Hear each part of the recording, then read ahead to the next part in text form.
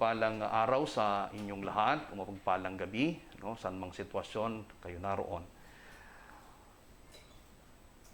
Napakalawak po at napakadami ng pwede nating pagnilayan sa mga pagbasa sa araw na ito, lalo tigit ang bahagi ng mabuting balita.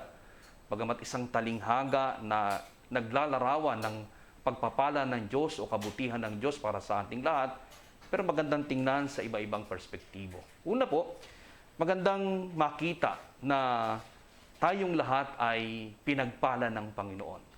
Walang makakapagsabi sa atin na siya'y hindi pinagpala ng Panginoon o binigyan ng biyaya o binigyan ng mga blessings. No? Iba-iba nga lang po talaga yung pagtanggap. Pero ang pagpapala po ay binigay sa ating lahat. At maaaring siguro, iba-iba yung mga pangangailangan, iba-iba yung sitwasyon. Kaya po naiisip ng iba na para bang mas pinagpala yung iba. No?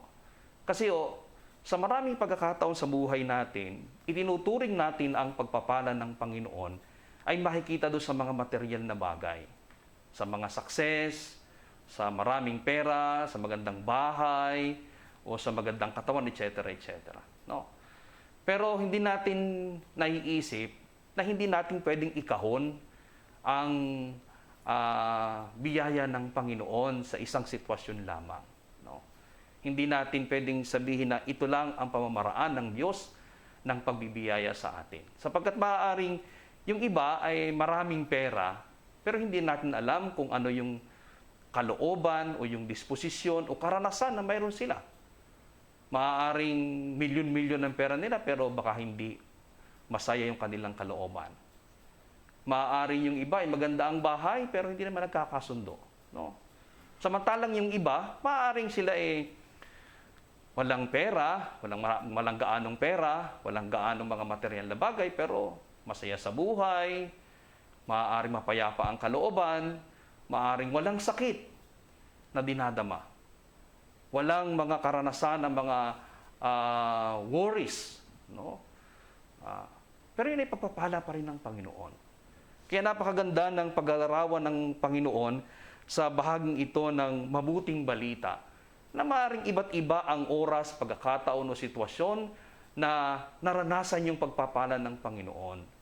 Maaaring iba ay sa huli naranasan, pero yung iba ay sa unang naranasan. Pero hindi nakangahulugan na para bang mas madami ang pagpapalang ibinigay doon sa iba kaysa roon sa iba. No? Pare-pareho lang po ang pagpapala. Pero paano nagiging matagumpay ang pagpapala ng Panginoon sa buhay natin? Depende po sa kung paano natin ito tinatanggap, pinagyayaman sa ating buhay.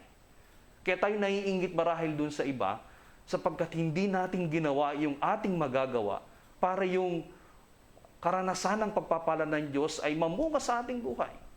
Kaya naman kapag nakita nating umuunlad yung iba, para bang mas marami yung pagpapala sa iba, naiinggit tayo.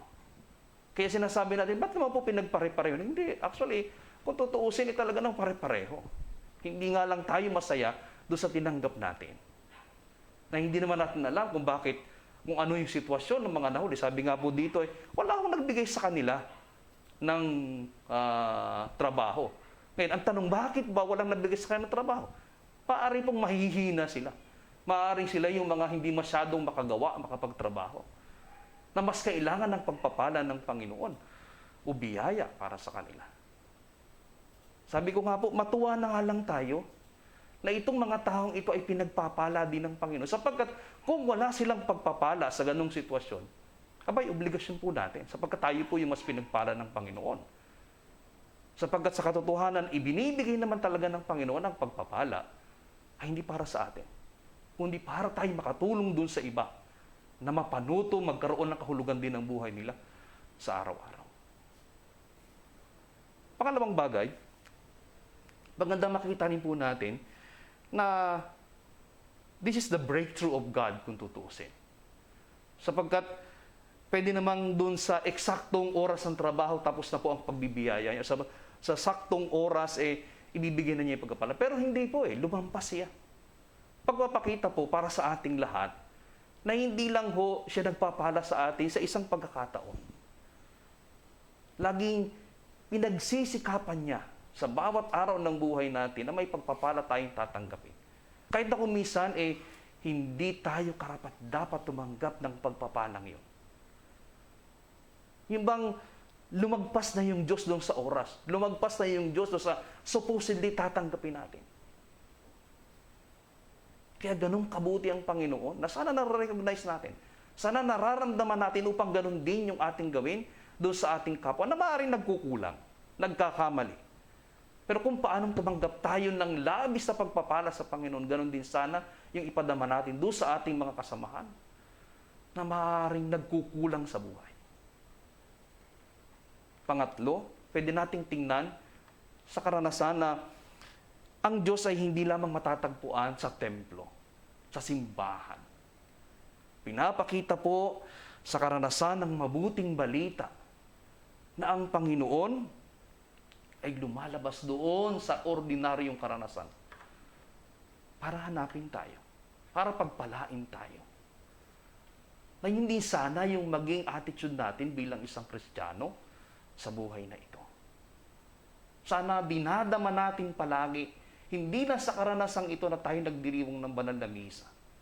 Sapagkat ito naman talaga yung, kumbaga, pagpaparana sa atin ng pagmamahal at pag-ibig ng Diyos sa tuwing tayo nagmimisa. Pero sana wag matapos doon.